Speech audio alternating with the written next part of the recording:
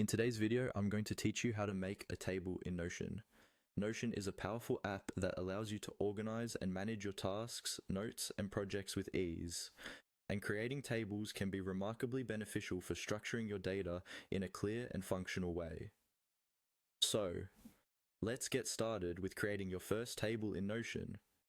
First things first, you'll want to open Notion. Start by navigating to the Notion app or website and selecting the page where you'd like to add your table. Once you're in the workspace, you're ready for the next step. In the block where you'd like to create your table, you'll need to bring up the command menu. Just start by typing a / or _ This will bring up a list of options. There's a lot you can do from here, but since our focus today is on tables, begin typing the word table. As you type, Notion will suggest options. You'll notice table or table view appear in the list of options.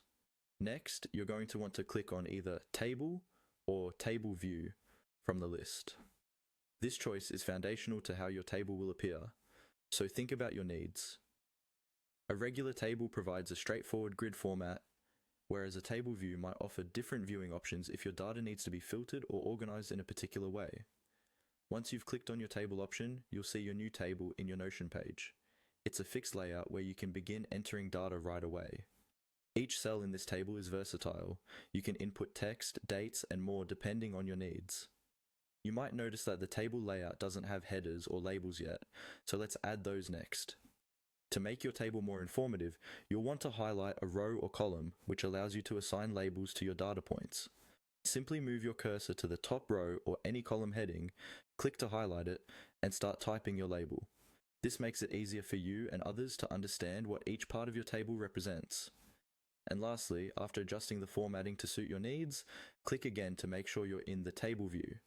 This ensures that you're working with your table in the format that you prefer, making it easy to read and modify as needed. With these steps, you've created a basic table in Notion. Remember that tables in Notion are dynamic, so you can always go back to add, remove, or reorganize information as your needs change. Congratulations on enhancing your workspace with the power of tables in Notion. Happy organizing, and if you have any questions, feel free to drop them in the comments below.